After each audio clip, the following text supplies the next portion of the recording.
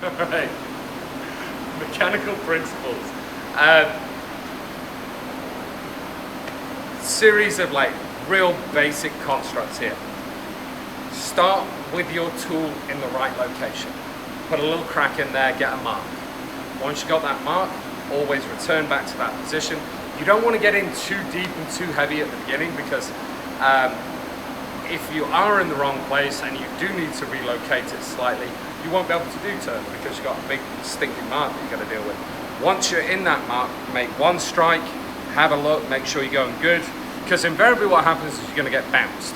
And if you bounce out and you hang up on the rim, or you come out way too far and then push that lip inwards, you're starting to get a cold shot at that point. Don't want that.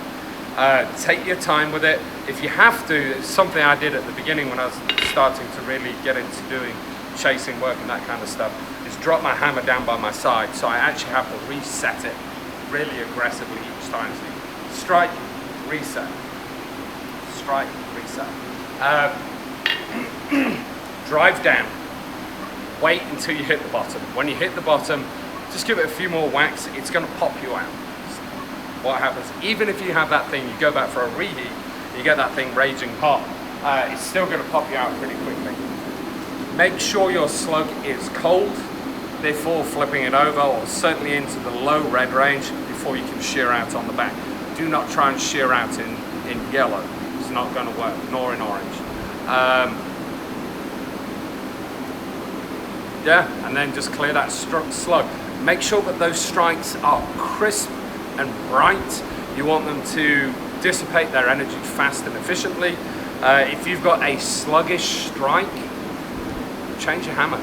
Go for a slightly lighter hammer. Try and get a little bit more whip behind it. Steel's kind of a weird one. It has it's almost pushes back at you. The more energy you throw at it, the more it returns back at you. So if you have a quick strike, you'll actually get better penetration. All right.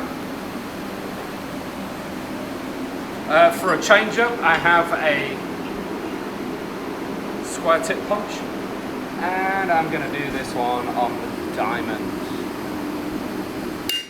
So a little pop, looks pretty good. Sure I can get back in it.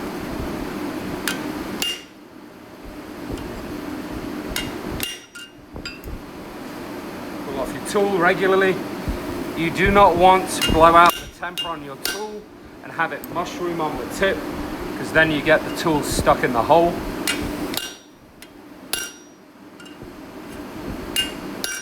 See it kicking me out? Give it another couple of whacks. It's good. Flip it over. Got that nice little bulge. Good tap. Remembering I'm on the diamond. That looks pretty solid. Yep. That first hit is a very kind of quick snap. And there isn't much flare to this tool, so the slug hangs up a little bit. But if I go over to the Pritchell hole, give it a quick whack, I'll drop it. It'll be like that. Where it went. There it went. There we go. Nice square hole on the diamond. So just wanted to talk about the volumetrics of calculating holes. And so we get some problems when, if you make too big of a slot, and this is all about slotting. So whenever you're basically punching a slotted hole, if you have too much of a slot and you under-occupy it with the tool, you get this kind of little weird effect where there's like a little dongle at the top. It's kind of fairly well occupied there, and then it kind of does that number, right? It's like a lemon. Yeah. So this bit here and here is because your slot was too long for the amount of stretching. So you should always have your slot just a little bit shorter than the circumference required. Okay, so get into this conversation. It's a little bit of a weird one. I like to go somewhere around Gesomatic 20%. So if we have a 1-inch material and we want to drop a nicely occupied 1-inch circle in there, we know that our circle of 1 inch has 3.12 blah blah blah, right? So with that in mind, let's say drop 20-ish% off it. We're going to go for 2 3/4 inch, right? I'm sure those of you that can actually math will be able to tell me what that is. I want to have a nice amount of material around here. So if I use an 1/8 of an inch slit or slot punch through here, so by putting that 1/8 inch there, I'm going to lose a 1/16 either side, so that's going to be giving me a good 3/8 inch wall post drift. So gone for 1/8 of an inch here, 1/8 of an inch there. So 1/8 for 8 minus 1/4. That's going to give us 2.5. Divide that by 2. Gives us a 1 1/4. Write down the margins. So that tells me that here to here should be 1/4 inch, right? On each side, obviously. So 1 1/4, 1 1/4, 8, 8, 2 3/4. That's going to give us circumference. It's a little bit under, and should stop us from getting that weird little nipple on the top. And a particularly bad example of this.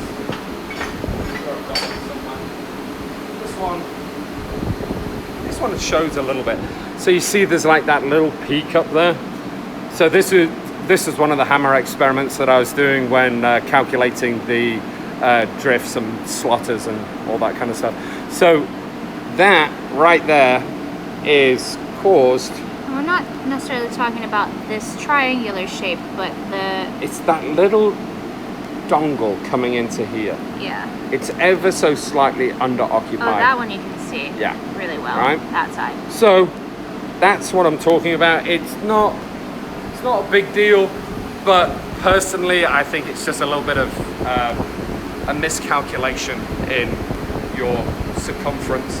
And obviously you can kind of reverse engineer. We know that a 3/4 by 1/8 slot punch does very well for a 3/4 inch hole. Also, if you are having problems with growth or shrinkage in your bar, so think about this one. This is 1 1/4 and it's making a 1 inch hole, right? That means that every time you punch a hole, it shrinks. Punch and drift it, it shrinks by a 1/4 inch. Jess is blinking behind it. So it shrinks by a 1/4 inch. So what does that actually mean? If I've got a 2-foot bar, I slit it, or I slot it, drift it to a 1 inch hole, it shrunk. If I put 3 holes in it, it shrunk by 3/4 of an inch. These are things that you have to calculate. Right. Jess is back here just like, so I love math, really. Yeah. Really, I do. horns out again. I'm gonna sit a piece of steel in the fire. Let's try to go by. So keeping in the same vein with all that madness, so we punched a round hole, drifted it out. We then slotted a round hole, drifted it out. We're gonna punch and drift a square hole, and then slot and drift a square hole. Hopefully it'll all go well. And you'll see some of the weird things that happen. I'm going to do this one on the diamond again. And I am confidently going for. Notice I didn't even check that one. Just like heck with it.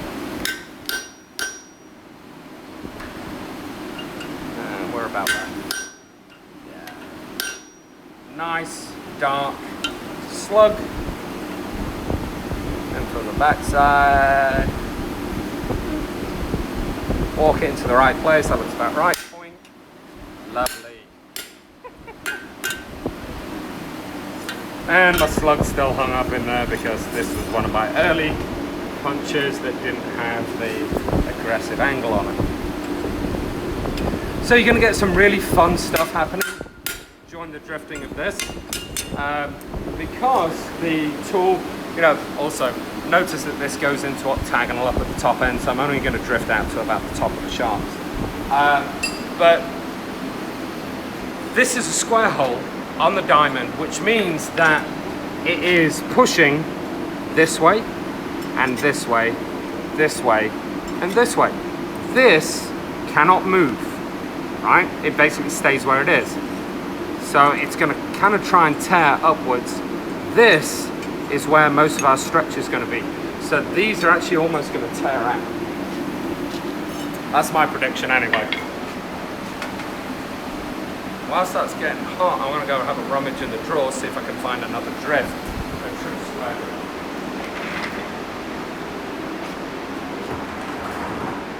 I'm just going to show them this drawer. Might as well. So I've got the Whopper square drift. That one's a great one. So if you want to go up to 1 inch, have a look in this one. These are hammer drifts and axe drifts. What's that one? All kinds of gubbins. Oh, this is a fun one. So actually drifting on the diamond, this will help pull out your hole on the diamond. It's a rectangular drift.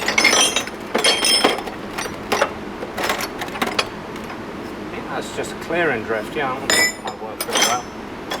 I make these kinds of things just because it's like coming through to this size bar stock. I think this is a 3/4 inch. But this is just made out of mild steel. Yeah. So this was the whatever steel I was using for a production run. And you knock up a really simple thing, water quench it, and it means I can go in with something like that to get the primary taper in and take it a bit further. It's fun in here. There's a funky little chisel. You like that one? Yeah, big round drifts. Fun. What to do with an old jackhammer? Make a little slug punch. Yeah, I think those. Ooh, there's a big one of those. I'll take that one out just to show the principle of how that works. Oh, and this one is for if you want to make a square hole on the square and you've slit it and you want it to go outside this. It kind of does some interesting things as well.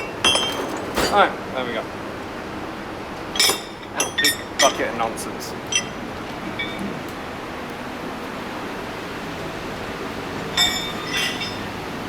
And these are obviously made up for random project number 3. So back to my drift punch. I make virtually all my tools this way. It's kind of a punchy bit on one end and then drifty bit behind it. That way I'm not occupying too much of my toolkit. Don't need those yet. So this is where it's going to get kind of interesting. Be careful popping a square hole into a round hole. If you remember rightly from kindergarten, it doesn't work very well. Let's stop about that. If you ever want to do studies in stretching, it's kind of interesting to just start, measure your bar, start poking holes in it in different manners and see what it does, because it does some really weird stuff.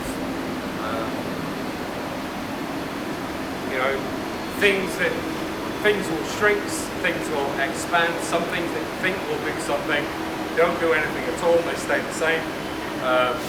If you go back, maybe we'll drop the slug in it, but if you go back to that round hole that we did, the round hole and the slug are virtually the same size, so there should be very, very little expansion in length. Also, always make a cold measurement rather than a hot measurement, because you get about 10% expansion on steel at the top end. So if you measure it whilst it's hot, it could be in its longer position rather than its shorter position. And aluminium's even worse. Bronze has got more. So forging things to the right size is about right. That's why you should always do a final drift right up at the end.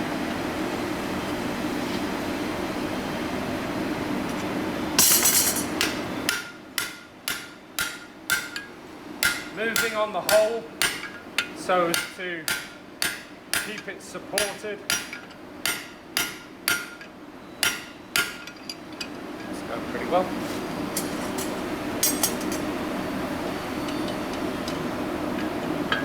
See that? How it's just pushing out towards those outer edges.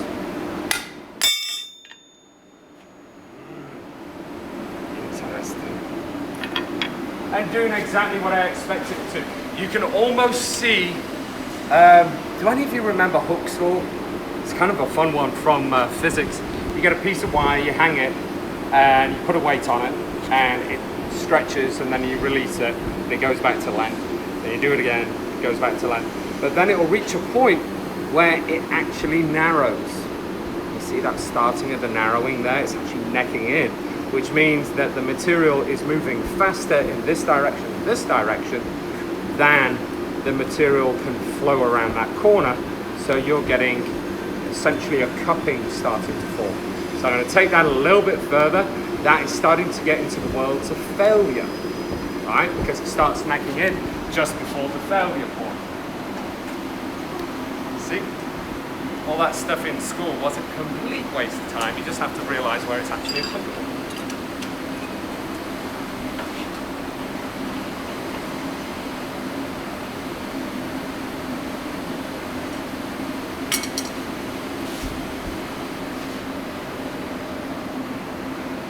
My physics teacher, Mr. Lloyd, might be proud because it goes to show I was actually paying attention, not reading comic books.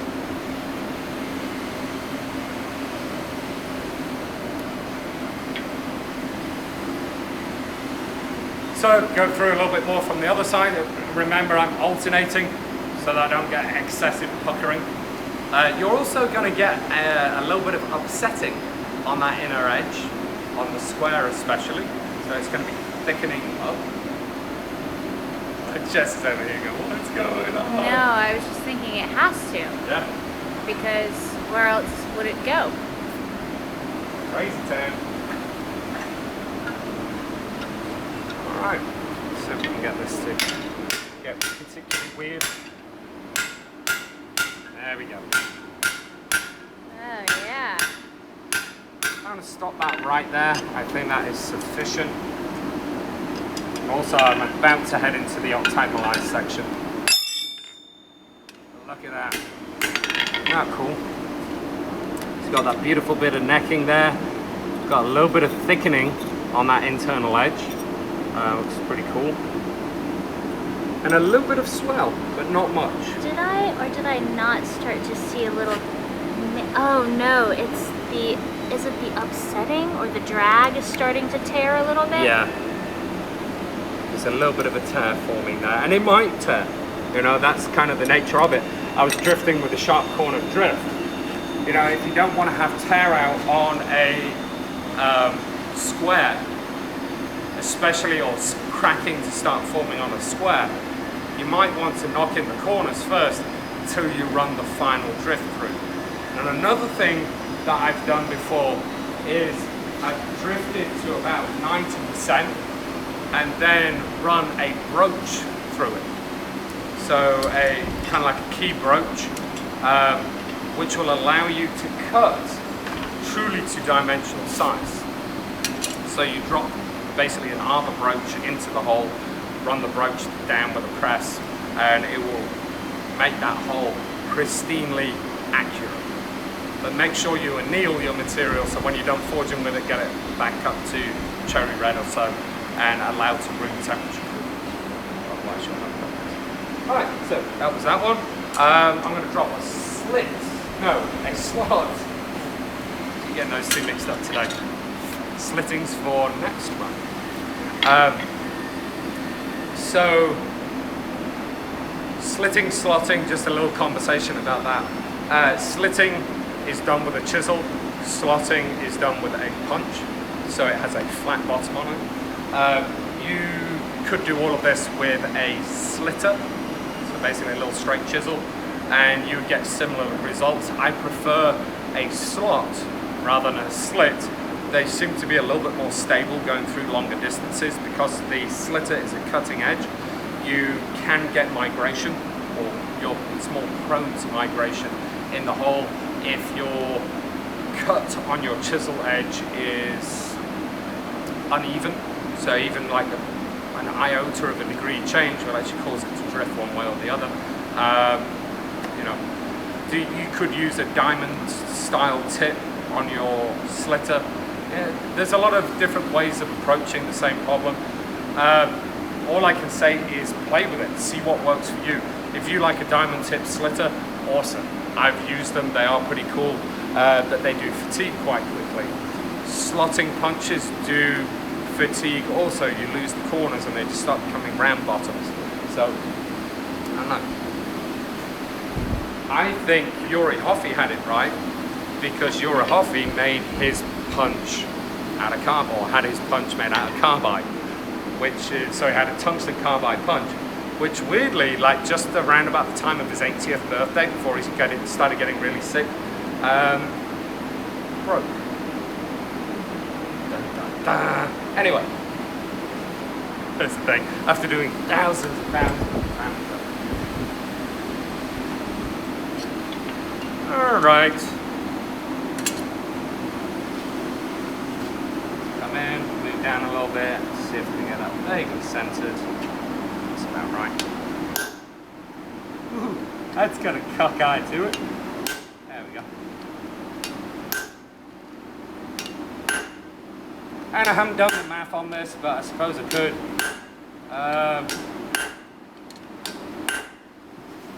So I got 3/4, 3/4, eighth.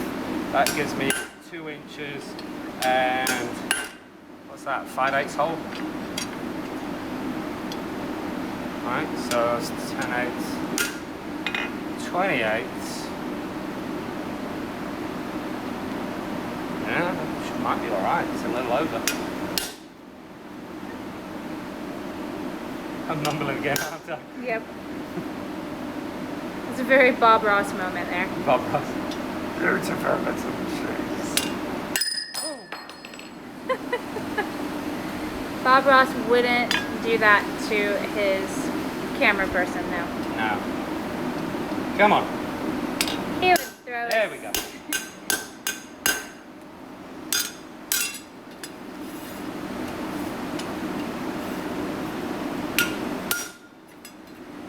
Excellent. Time to get a hole. So I'm going to sling a round drift through that to get it to start opening up. I'll use that one. It's the chisel-ended one because perfection. I made this thing once upon a time for doing this kind of thing, but it don't really work right. This really should be radius coming in order to not get fatigue on that corner. So you actually want that to basically go to round and then slowly the corner form out on the round, if that makes sense. So it was a good experiment and kind of sort of worked. I think I got it about 80% on that and then drifted through with a straight drift. Any questions, Jess? Nope. You just let me go down the mad rabbit hole over here. Yep. It's entertaining. I'm glad you find it entertaining. I don't know if the universe out there does. I don't know, they might. If you find it entertaining to watch Mark go down strange rabbit holes, leave us a comment. Let us know. And you're just like, dear Lord, get him to shut up and finish doing this thing. So I can go to bed.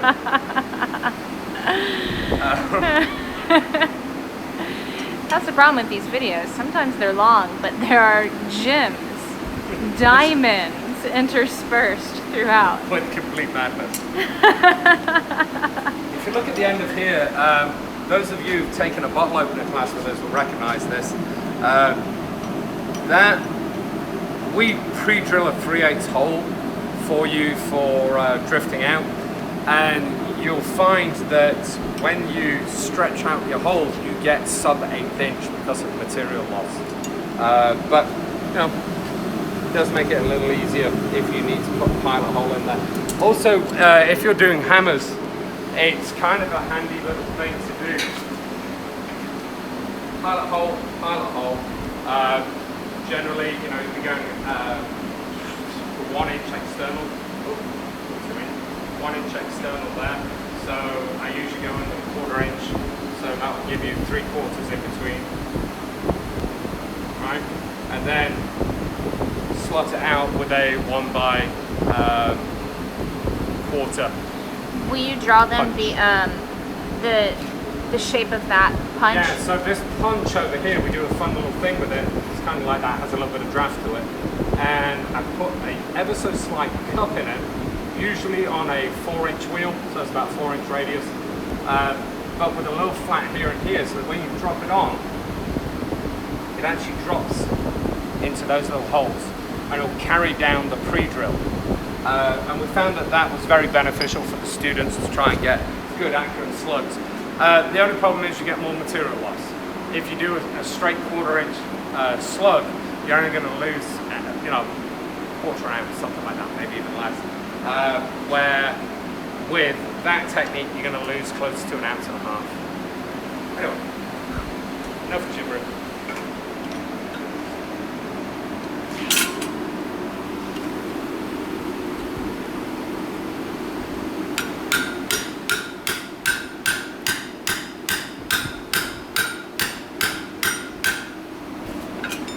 Highly recommend not whacking your hand at full force, particularly unpleasant.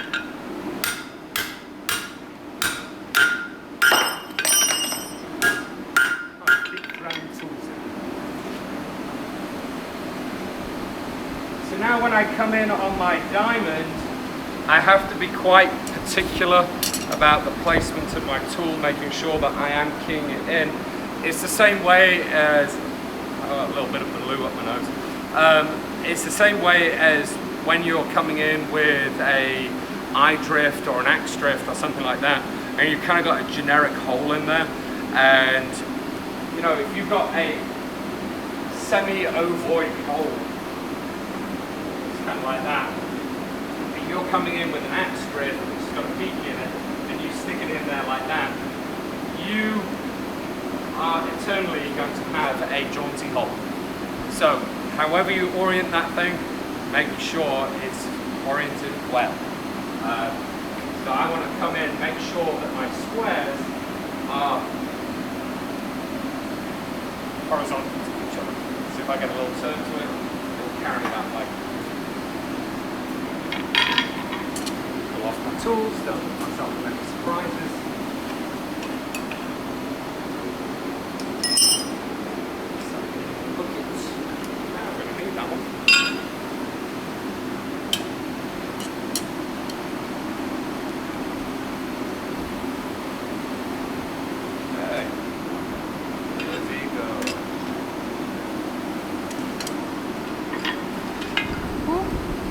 Come back here.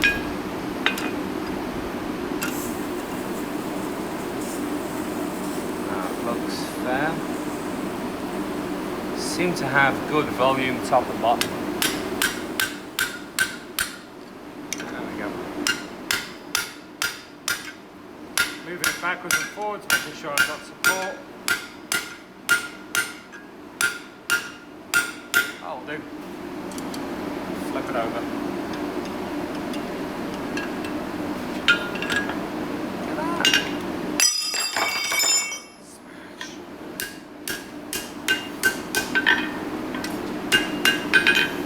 started biting quite nicely.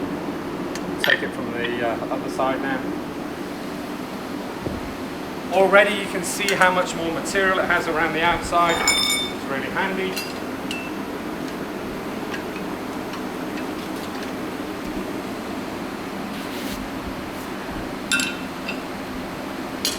So what do you think, Jess? For the Goten challenge, we have them punch a 1-inch hole this way through 1 by 1/4, and then have them punch a hole this way through 1 by 1/4.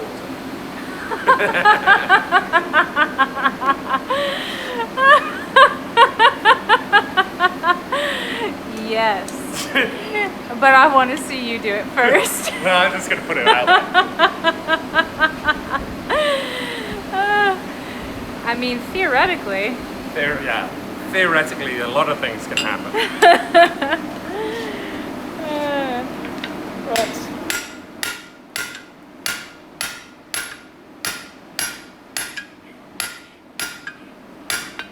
The only magician that I can think of that could really make that work would be, what's his name? Fireforge? Yeah, he could pull that one off. Peter, right? Yeah. Is his name? He can do some magic, that is for sure. It's kind of an interesting thing I'm making there. Okay, so it's pretty close. I'm going to take one more pass with it using one of the other drifts. There's also some really fun stuff you can do with this, where you come in with the drift in there and really square up that material, which looks super cool. If you have a look at the Abana Ring project, no, not Ring project, the Journeyman panel, that's got some fun stuff like that. It's like old Gothic ironwork approach, where you're punching diamond holes through square bar on the diamond, kind of stuff like that. Last cheat? I reckon so. Is that you're talking too much? Well, You no. need to be done with it. Yeah, we're almost at 20 minutes, so. Oh, okay. That's On okay. this part of this video. And that one's a 5/8, that one's a 3/4. I'm going to run this 3/4 through there. Very square.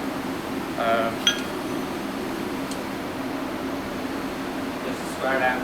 And I might do a little bit of dress, just for the fun of it. With the drift in.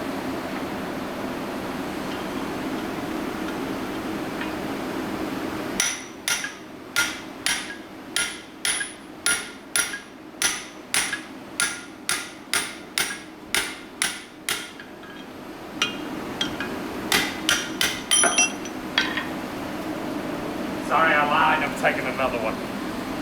Fine. Come on, man. Hey, look, drift fell out. I say. If you do make yourself like a batch of drifts, I highly recommend, buy a couple of feet of blah blah blah blah in dimension. So. As I said, I like S7, but you don't always get S7 in square stock. But you could get something like 4130, 4140, something like that, something pretty tough. And use the square bar, make your drifts out of that. And that way you can, buy a foot of and make exactly the tool that you need, label it, put it in a rack, and then you go, oh, I need a 3/4 inch hole. Done. Kind of handy things to have, those progressions. And if you're more organised than me, you can actually have a pretty rack for them all. But there we go. I'll come up on the end there. And about there-ish.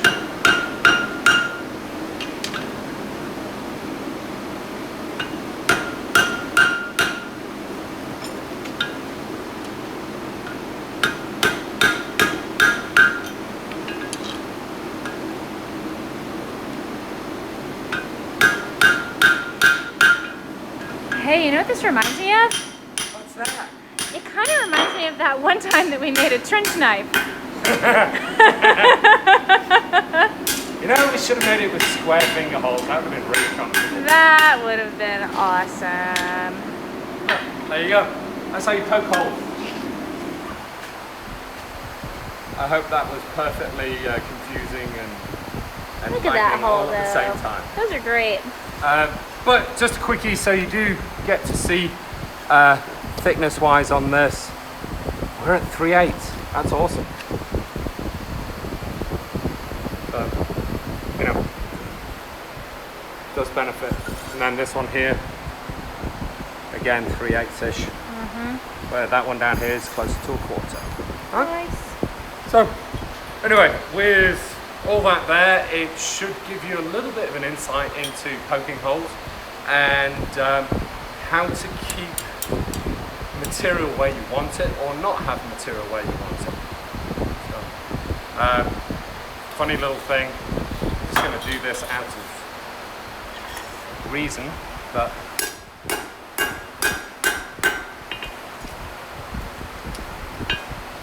so for many, many years, I have poked